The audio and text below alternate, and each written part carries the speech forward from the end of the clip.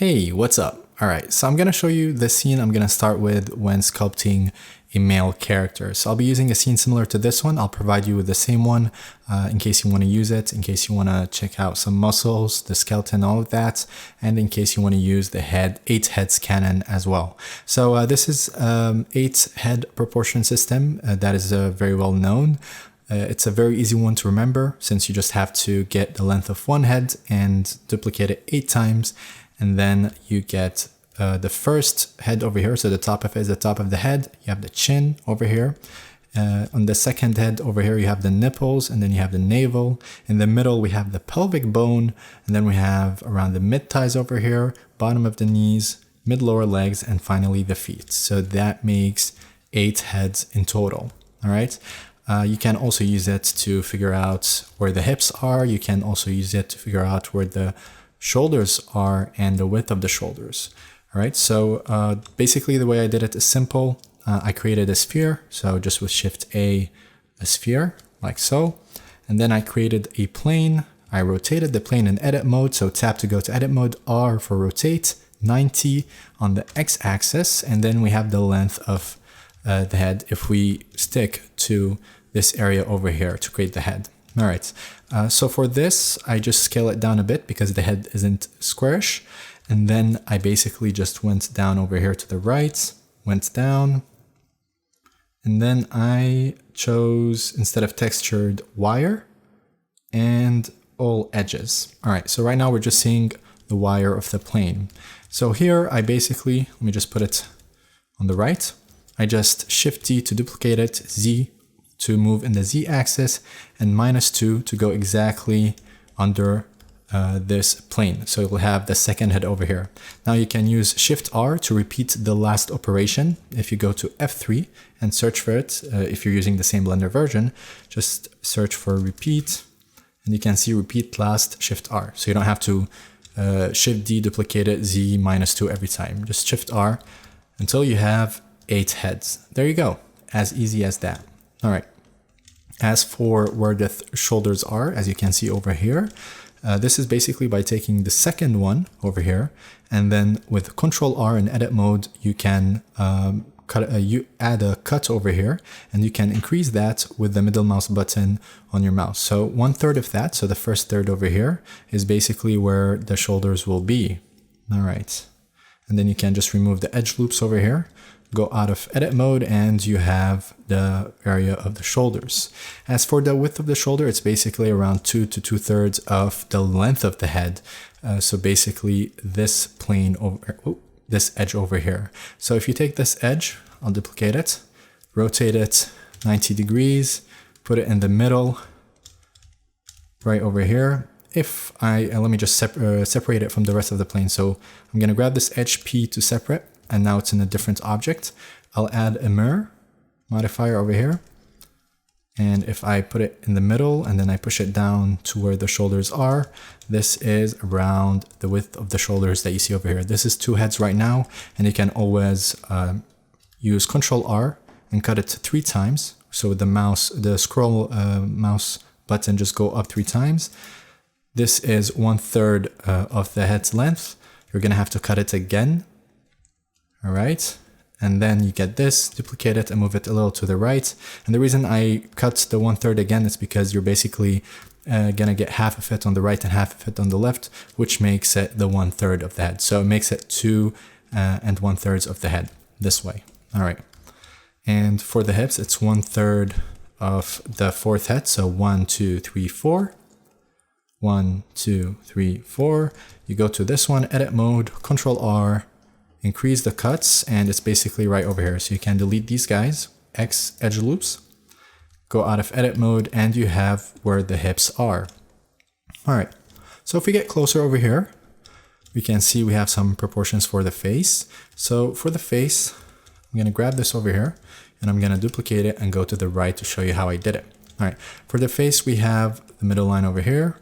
We have the midline over here as well. So this midline is the eyes, the center line, okay? And then I'll duplicate this again. I'll put it to the right so that you don't get confused. And this time I'm gonna remove the midline over here with edge loop. So X edge loop, there you go. And now we're going to create the top of the head, hairline, brow, bottom of the nose, bottom of the lips, and chin.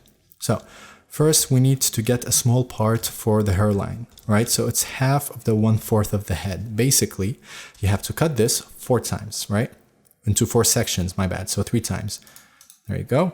So 1, 2, 3, 4. And now the half of the first one is where we get the hairline, all right? There you go. So I'm going to remove this, this, and this. Okay. Now I'm going to cut the new area over here into 3 parts. 1, 2, 3. All right. Actually 2 parts. 2 cuts so that you get 3 parts, as you can see over here. So you get 3/3. So the middle of the first one is where you get the bottom of the lips. And yeah. And then this is where you get the bottom of the nose. And this is where you get the brows over here, as you can see. So if I grab all of this, and I'll just put it to the right so that you can see it over this plane.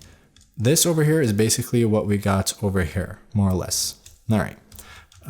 Then we have the vertical cuts that we have over here. All right. So for the vertical cuts, I basically just cut it into, let's see, I'm going to cut it into the middle. Actually, I'm going to move this over here. I'll duplicate this one to the right so that you can see what I did. And here I'll just remove these edges, so X edge loops. I'll grab these guys as well.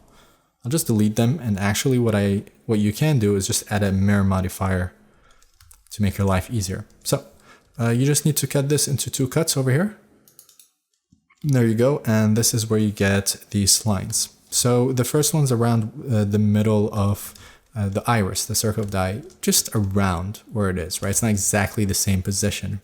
And then here in between, you have the space between the eyes is 1 eye, and you have another eye over here and a 3rd eye to around the edge of the head, right? Now, these are just basic proportions, right? You shouldn't take them too literal. And I do explain that while sculpting the character, right? It's just it's a good way to get introduced into sculpting a character. It helps you create a very nice superhero build with long legs and hands, wide shoulders, and you get a character that looks like this. But generally speaking, you don't want to focus too much on getting the character to be exactly 8 heads. It'll make your character stiff if you do it all the time. What I like to do, well, for this course, for educational purposes, I'll be using this. But what I like to do is I like to use proportions as a way to verify if, you know, my character looks off. If the proportions look off, then I duplicate the head to how many times I want. So for example, I could duplicate it 8 times or 7 times, depending on the kind of build I'm looking for. And I'll see if something looks really off, because sometimes when you're working with a character for a long time, what seems off might start seeming normal because you get used to the way they are. But then you take a break, you come back and something's just off. Maybe the limbs are way too short or way too long. But at the end of the day, anything you do is just an artistic choice. It's your choice, whether you want to make characters big, small, different kind of proportions, as long as, you know, this is something you purposely choose to do. And, you know, you're making good choices to create the kind of character you want. But again, sometimes proportions go really off, they look really off, and having a general guideline like this can be helpful. All right. So I'm going to just delete all of this right here. Okay. So other than that, in this scene, what I'm using is the matte cap, the first one over here, but I'm adding a material to everything. So I added a material over here with a dark gray, right, in the viewport display. This is so that we can see the forms better, because if I remove this and just go to how it looks like by default, you can see it's very bright. Seeing the form, it makes seeing the forms a bit harder when you're sculpting, in my opinion. So I like to add a material and just decrease the value over here. All right. Okay.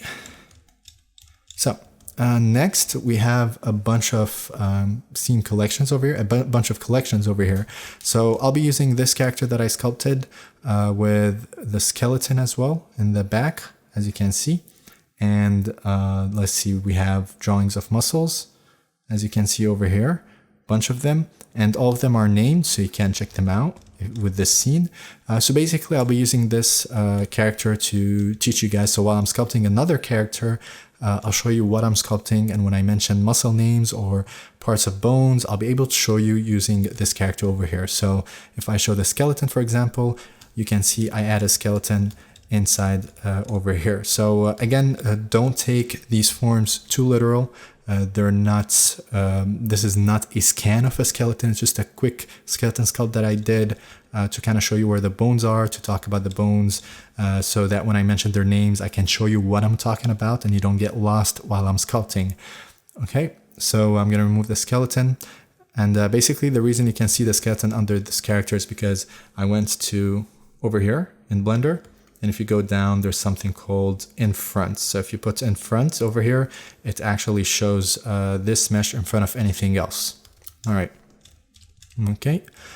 So if I had the skeleton over here, we have the face muscles.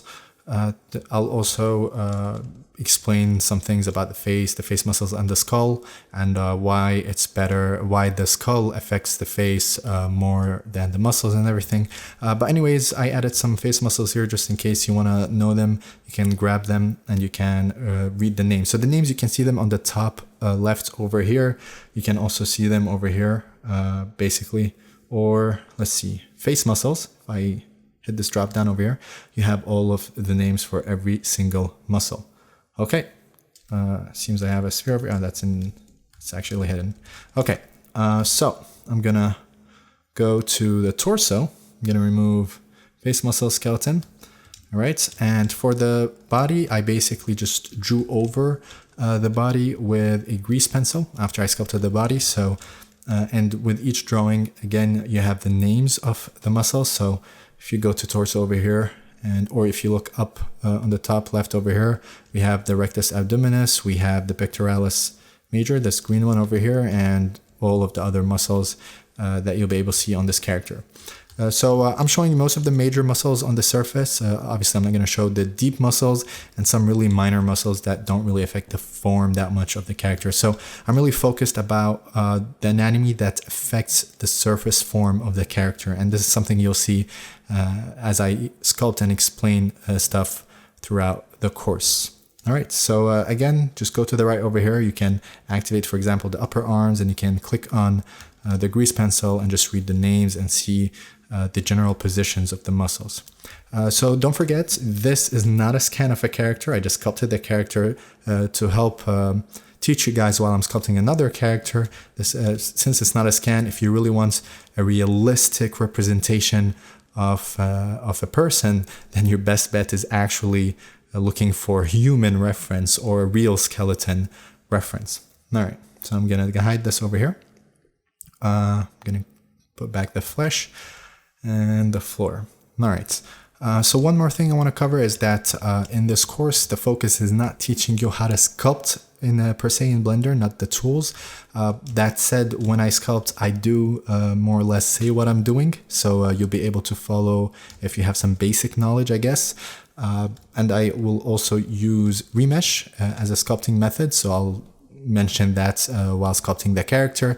You can use whatever sculpting method you want, remesh, dynamic topology, another program. That's really up to you. It's not the purpose of the course. You'll be able to follow through anyways, because I'll be sculpting the character and talking about anatomy and form and all of that. So anyways, just in case you're gonna sculpt with Blender and use remesh like I do, again, throughout the course, you'll more or less be able to follow anyways, because I kind of say what I do. But here, for example, I'll be switching between brushes without actually clicking on them. And that's simply because if you right click on one, you can add a shortcut. So for example, the layer, assign shortcut, and I assign mine to numbers on the keyboard.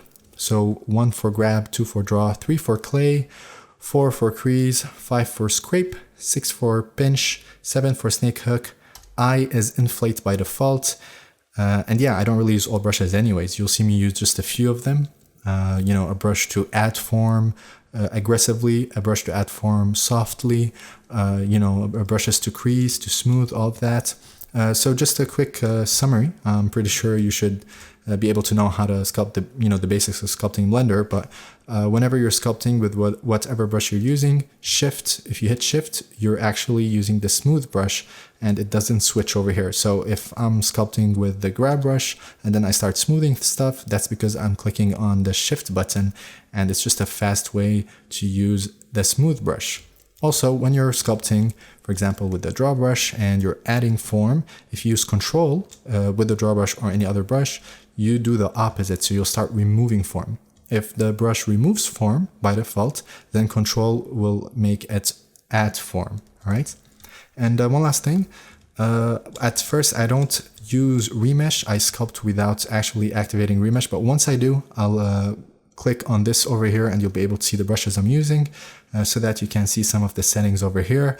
Now this will depend on the graphics tablet you're using and how you sculpt, because it'll depend on the pressure sensitivity and that will basically allow you to for example, decrease this value a lot and just smoothly use your pen on the tablet to get this value and then really apply pressure to get a wider range of value. So you don't have to exactly follow the settings I'm putting over here, but for most brushes, all I did is just change the settings, the strength. So the grab brush by default, I think is at 1. It's a bit too strong. I put it at 0.4. And I changed some other brushes where I added the strength and some of them where I decreased them. This is up to you. Just give it a try and see what works for you. And very rarely will I actually change the actual settings, the other settings of the brush. But again, you'll see in the course with the clay brush, for example, I do later on add auto smooth, and I think by default it is added. I simply remove it at first so that it doesn't smooth the sculpt while I'm sculpting.